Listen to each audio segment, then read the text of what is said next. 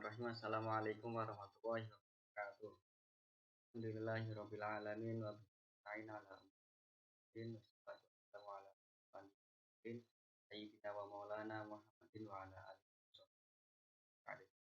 Yang kami hormati dan kampu mata kuliah pengembangan evaluasi pembelajaran PAI Indah Aminatul ya, dan yang kami dan teman-teman semua dalam pembelajaran atau perkuliahan pada hari ini dengan kesehatan dan dalam lindungan Allah sehingga dapat mengikuti perkuliahan dengan lancar. Langsung saja kami akan membahas tentang pengadministrasian dan pelaporan evaluasi yang pada kesempatan siang hari ini akan disampaikan oleh saya sendiri Lutfi Hakim dan Cynthia. Yang pertama yaitu pengadministrasian evaluasi. Jadi menurut Edwin Wendt dan Cyril Gibron, evaluasi adalah suatu tindakan atau suatu proses untuk menentukan nilai daripada sesuatu. Evaluasi juga suatu tindakan yang dilakukan oleh seorang evaluator terhadap suatu peristiwa atau kejadian. Dan evaluasi dimaksudkan untuk menentukan nilai sesuatu. Dari hasil evaluasi kita dapat menentukan apakah sesuatu itu mempunyai nilai ataukah sesuatu itu tidak mempunyai nilai. Dengan kata lain, evaluasi dapat menunjukkan kualitas sesuatu. Jadi dapat disimpulkan bahwa evaluasi administrasi pendidikan adalah suatu proses kerja yang sistematis dan berkelanjutan untuk menentukan kualitas dari kegiatan pendidikan atau pencapaian tujuan yang telah ditentukan. Kemudian slide selanjutnya yaitu administrasi pendidikan. Administrasi pendidikan adalah suatu rangkaian proses keseluruhan usaha yang dilaksanakan melalui kerjasama sekelompok orang yang berperan di dalam bidang pendidikan serta memanfaatkan dan mendayagunakan segala sumber potensi yang telah tersedia baik personil, material, spiritual, secara terencana, terstruktur, dan sistematis untuk mencapai tujuan pendidikan bersama yang sudah ditetapkan secara efektif dan efisien. Kemudian selanjutnya yaitu ruang lingkup administrasi pendidikan. Yang pertama, administrasi kurikulum merupakan seluruh proses kegiatan yang telah direncanakan secara matang dan diusahakan dengan sengaja serta sadar dan dilaksanakan penuh dengan sungguh-sungguh. Administrasi kurikulum ini terdiri dari pencatatan, pembukuan, dan pendataan jumlah pelajaran yang diajarkan, manajemen waktu, belajar, pengelolaan jadwal guru, juga jam guru, dan lain sebagainya. Yang kedua yaitu administrasi ketenagaan pendidikan yang terdiri dari perencanaan pendidikan, pengorganisasian pendidik, pengarahan positif, serta pelaporan mendidik, pengkoordinasian pendidik, serta pengawasan pendidik. Kemudian yang selanjutnya yaitu administrasi kesiswaan yang merupakan rangkaian kegiatan usaha yang meliputi tentang pengaturan administrasi yang selalu berkaitan dengan siswa dalam upaya pengembangan potensi siswa. Administrasi kesiswaan yang selalu berhubungan dengan data usaha dan penyimpangan data yang meliputi organisasi perkumpulan siswa, pengelolaan kegiatan kesejahteraan siswa, dan lain sebagainya. Yang keempat yaitu administrasi sarana dan prasarana. Administrasi sarana dan prasarana meliputi pengaturan buku, perencanaan pengadaan barang pendidikan sekolah, madrasah, maupun buku pembagian dan pengelolaan penggunaan barang pendidikan, buku perbaikan barang, dan lain-lain. Yang selanjutnya yaitu administrasi keuangan dan pembiayaan. Yang meliputi pengaturan keuangan, biaya pendaftaran siswa baru, biaya perlengkapan pembelajaran peserta didik, pembiayaan gedung, pembiayaan SPP, dan lain sebagainya. Yang selanjutnya yaitu administrasi perkantoran atau tata usaha pendidikan yang meliputi surat masuk atau surat keluar, buku tamu, buku-buku penting dalam penyelenggaraan pendidikan. Kemudian yang ketujuh yaitu administrasi unit penunjang pendidikan seperti pramuka, olahraga, KS, dan ekstra atau kesenian. Yang kedelapan yaitu administrasi layanan khusus yang meliputi konsumsi peserta didik, layanan antar jemput peserta didik, bimbingan khusus di rumah. Yang selanjutnya yaitu administrasi lingkungan dan keamanan sekolah yang meliputi perencanaan dan pengaturan tata tertib. Yang terakhir yaitu administrasi sekolah dengan masyarakat. Hasil rapat kerja sama sosialisasi peningkatan di sekolah dan di masyarakat. Selanjutnya yaitu tujuan administrasi pendidikan. Menurut Daryanto, administrasi pendidikan tujuannya adalah administrasi sebagai usaha bersama dalam rangka meningkatkan mutu pendidikan serta mendukung tercapainya tujuan pendidikan. Maka administrasi di dunia pendidikan adalah agar dapat tujuan pendidikan itu tercapai secara maksimal.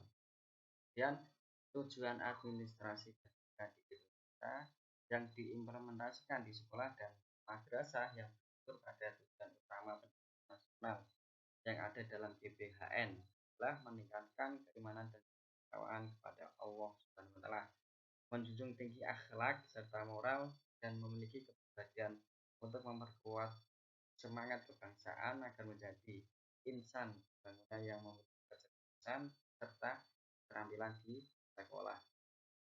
Selanjutnya, manfaat administrasi pendidikan. Menurut Ahmad Sabri dalam dunia administrasi adalah yang pertama, meningkatkan kesadaran tugas-tugas dan kewenangan. Yang kedua, administrasi pendidikan agar tercapainya tujuan pendidikan di satuan pendidikan.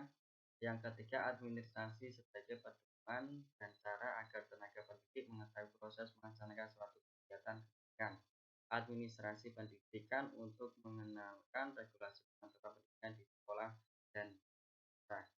Yang selanjutnya, menurut William Newman, menyebutkan the work of administrasi yang dapat dibagi 5 proses.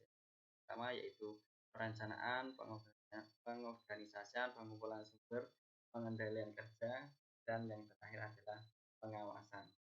Kemudian slide terakhir yaitu peran dalam administrasi pendidikan. Yang pertama, tugas guru mengkaji kurikulum melalui kegiatan perseorangan atau kelompok. Tugas kepala sekolah dan guru dalam administrasi pendidikan ini adalah memberikan layanan kepada siswa, memudahkan mereka.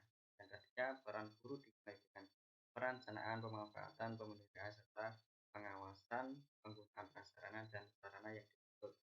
Yang terakhir yaitu administrasi personal. Dan selanjutnya pelaporan evaluasi yang akan disampaikan oleh Mbak Sylvia. Dan teman kami silakan. Assalamualaikum warahmatullahi wabarakatuh. Bismillahirrahmanirrahim. Assalamualaikum warahmatullahi wabarakatuh. Perkenalkan, saya Sylvia Puji Astuti.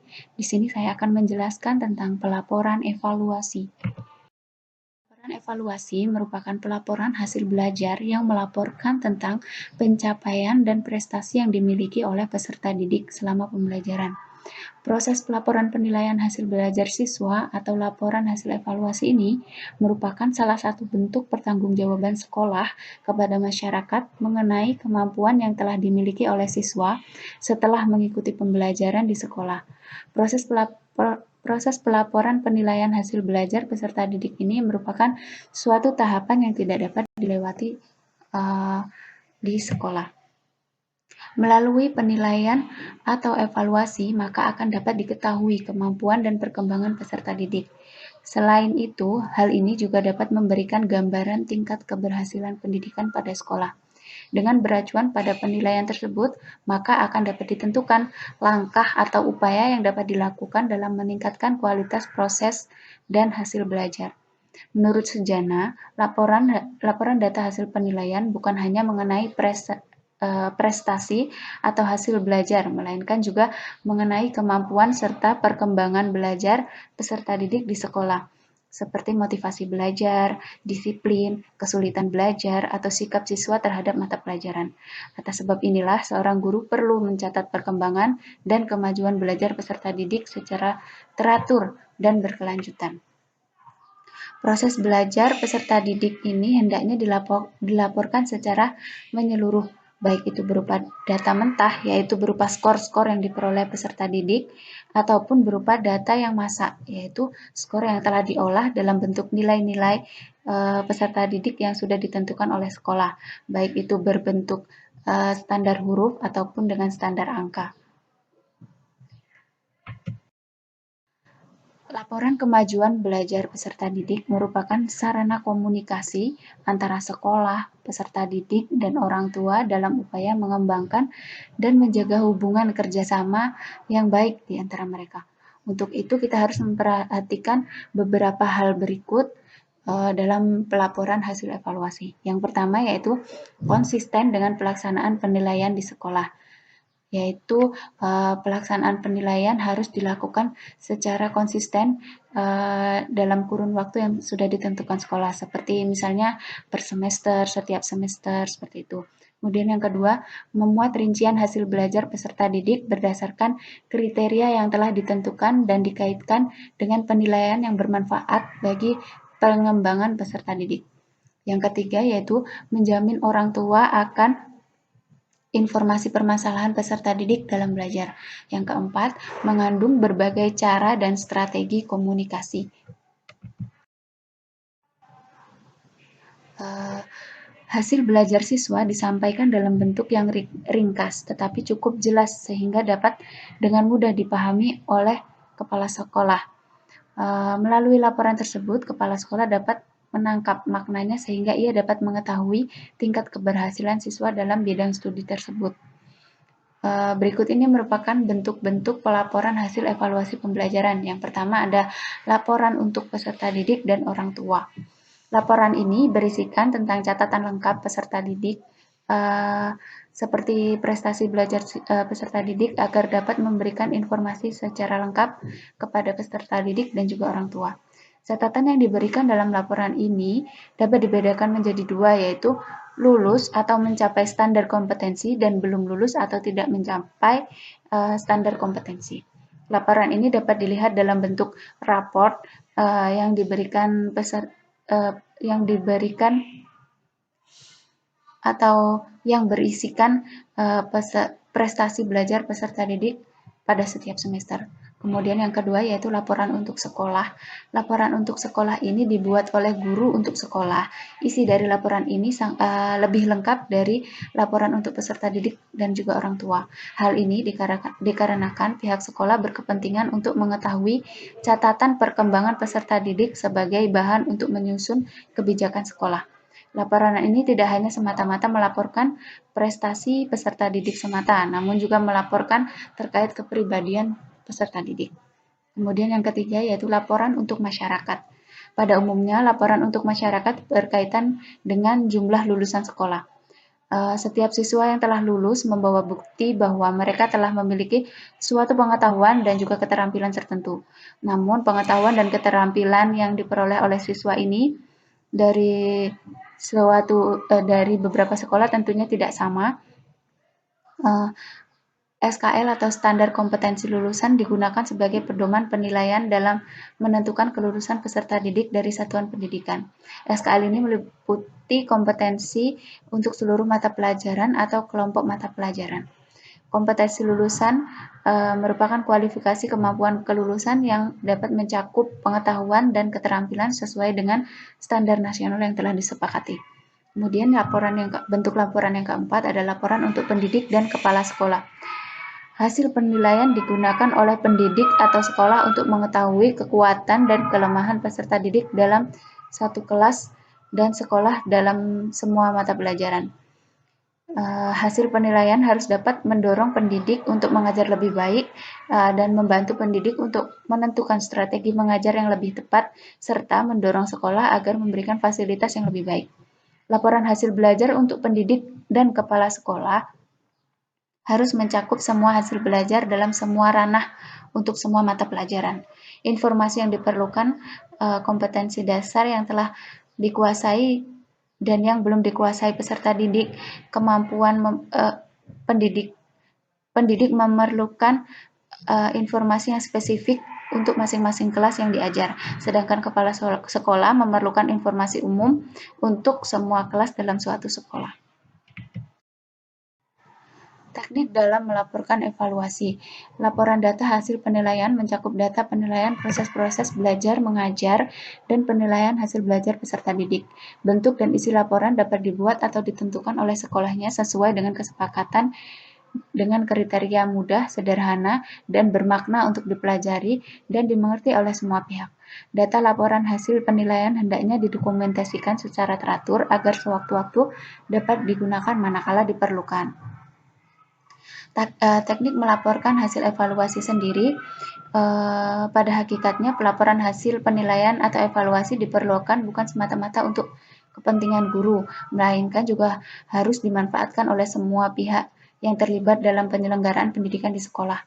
Data hasil evaluasi yang ada pada guru harus dilaporkan agar dapat dimanfaatkan bagi kepentingan pendidikan. Dengan pelaporan hasil evaluasi tersebut, semua pihak dapat mengetahui kemampuan dan perkembangan peserta didik, serta sekaligus dapat mengetahui tingkat keberhasilan sekolah. Atas dasar inilah, semua pihak dapat menentukan langkah dan upaya yang harus dilakukan dalam meningkatkan kualitas proses dan hasil pendidikan di sekolah. Hasil belajar yang dicapai oleh peserta didik hendaknya dilaporkan secara menyeluruh, seperti yang sudah saya jelaskan sebelumnya. Misalnya dengan membandingkan kedudukan peserta didik dengan kelompoknya atau posisi peserta didik yang dibandingkan dengan kriteria yang ditentukan. Dengan melakukan hal demikian, maka akan diketahui tingkat keberhasilan peserta didik, baik dilihat dari kelompoknya maupun dari tujuan yang harus dicapai. Sedangkan data mengenai perkembangan belajar peserta didik di sekolah dapat dilaporkan dalam bentuk catatan-catatan khusus sebagai pelengkap data hasil belajarnya. Isi dari catatan-catatan khusus ini berkenaan dengan kehadiran, disiplin belajar, motivasi belajar, dan kesulitan belajar. Pelaporan data hasil penilaian atau evaluasi setidaknya harus disampaikan secara rutin pada akhir caturulan atau akhir semester pada kepala sekolah atau pihak lainnya, yaitu wali kelas dan guru pembimbing. Laporan ini dapat berupa lisan ataupun tertulis. Tidak hanya dapat disampaikan di akhir semester, guru juga dapat melaporkan setiap saat apabila dipandang perlu, terutama kepada wali kelas dan guru pembimbing agar permasalahan-permasalahan peserta didik dapat segera diatasi dan dapat memicu siswa untuk belajar dengan lebih baik dan mencapai hasil yang diinginkan. Pelaporan data hasil evaluasi ini dapat disajikan secara kuantitatif maupun kualitatif. Data kuantitatif dapat disajikan dalam angka dan data kualitatif dapat disajikan dalam bentuk uraian keterangan tentang nilai tersebut. Ini berarti bahwa laporan data hasil penilaian guru bidang studi ataupun mata pelajaran kepada pihak lain di sekolah bukan sekadar memberi informasi tentang keadaan para siswanya, tetapi juga menjadi bagian penting dari guru dalam rangka meningkatkan tugas profesinya sebagai pengajar yang profesional. Dari saran dan pendapat wali kelas ataupun guru pembimbing, guru dapat menentukan langkah selanjutnya yang sehingga dapat memperbaiki proses belajar mengajar, menyesuaikan strategi mengajarnya dengan kondisi dan masalah yang dihadapi siswanya, lebih memahami keadaan siswa dan upaya lainnya untuk meningkatkan proses hasil belajar siswa di sekolah. Oleh sebab itu, laporan penilaian hasil belajar guru bidang studi ataupun mata pelajaran kepada staf sekolah lainnya merupakan salah satu alat yang dapat memecahkan persoalan belajar para siswa dalam rangka meningkatkan kualitas pendidikan di sekolah. Semakin sering tukar informasi hasil penilaian pada guru dalam bidang studinya masing-masing, semakin baik meningkat diperolehnya data mengenai pribadi siswa, khususnya kemampuan belajarnya sebagai bahan bagi guru dalam melaksanakan proses belajar dan mengajar. Di lain pihak, kepala sekolah senantiasa mengetahui perkembangan dan kemajuan belajar siswa di sekolahnya sebagai bahan pertimbangan dalam membina dan juga mengembangkan kurikulum dan pengajaran sebagai alat dan sarana untuk mencapai tujuan pendidikan. Hal lain yang menyangkut laporan data hasil penilaian yang dibuat oleh guru adalah dokumentasi data hasil penilaian. Dokumentasi ini hendaknya dibuat secara teratur dan sistematis oleh kepala sekolah sehingga mudah dipelajari dan dikaji manakala diperlukan.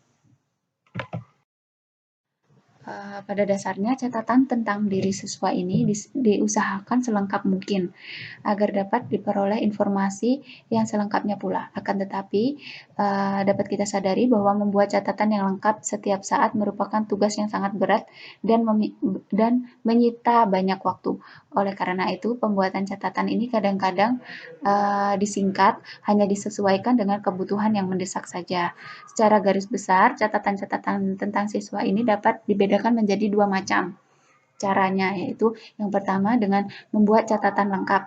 Catatan lengkap adalah catatan tentang siswa yang berisi baik prestasi maupun aspek-aspek pribadi yang lain, misalnya kejujuran, kebersihan, kerajinan, sikap sosial, kebiasaan bekerja, kepercayaan diri sendiri, disiplin, ketelitian, dan sebagainya.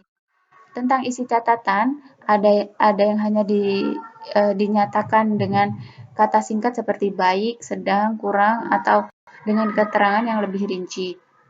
Kemudian yang kedua ada catatan tidak lengkap. Catatan tidak lengkap adalah catatan tentang siswa yang hanya berisi tentang gambaran prestasi siswa dan hanya sedikit saja menyinggung tentang kepribadian.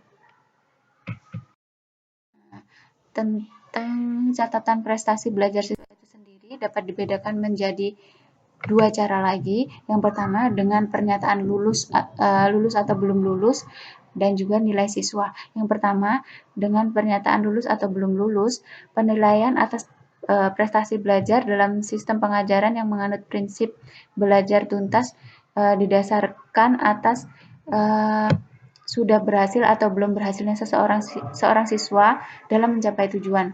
Dalam hal ini, bahan pelajaran dibagi atas unit-unit kecil yang masing-masing unit sudah disertai dengan tujuan yang dirumuskan secara terperinci. Apabila seorang siswa telah mencapai tujuan paling sedikit 75% dari tujuan, maka pada unit tersebut diberi tanda, misalnya tanda silang, untuk membedakan dari unit yang sebelumnya diselesaikan. Dengan demikian, maka akan tergambar banyak sedikitnya unit yang telah diselesaikan per bidang studi. Gambaran inilah yang disebut profil 20% keberhasilan siswa. Tanda X menunjukkan bahwa unit itu sudah dikuasai atau sudah lulus. Garis tebal di sebelah kanan menunjukkan target yang harus diselesaikan dalam 1 tahun. Dengan demikian dapat diketahui sejauh mana sudah berapa persen siswa A ini pada misalnya bulan Oktober sudah lulus, seperti itu. Kemudian yang kedua, nilai siswa. Nilai siswa ini merupakan pencatatan dengan nilai dilakukan apabila seluruh siswa dalam suatu kelompok berjalan bersama-sama secara klasikal. Dengan demikian, maka prinsip belajar tuntas sangat sukar dilaksanakan dan pencatatan nilai dilaksanakan atau didasarkan atas nilai-nilai ulangan yang telah diikuti. Mungkin cukup sekian presentasi yang kami sampaikan pada siang hari ini. Untuk kurang dan lebihnya kami memohon maaf yang sebesar-besarnya. Kami persilahkan untuk teman-teman untuk menanyakan terkait materi hari ini di e-learning dan kami akan menjawab di e-learning juga. Terima kasih atas waktunya. Wassalamualaikum warahmatullahi wabarakatuh.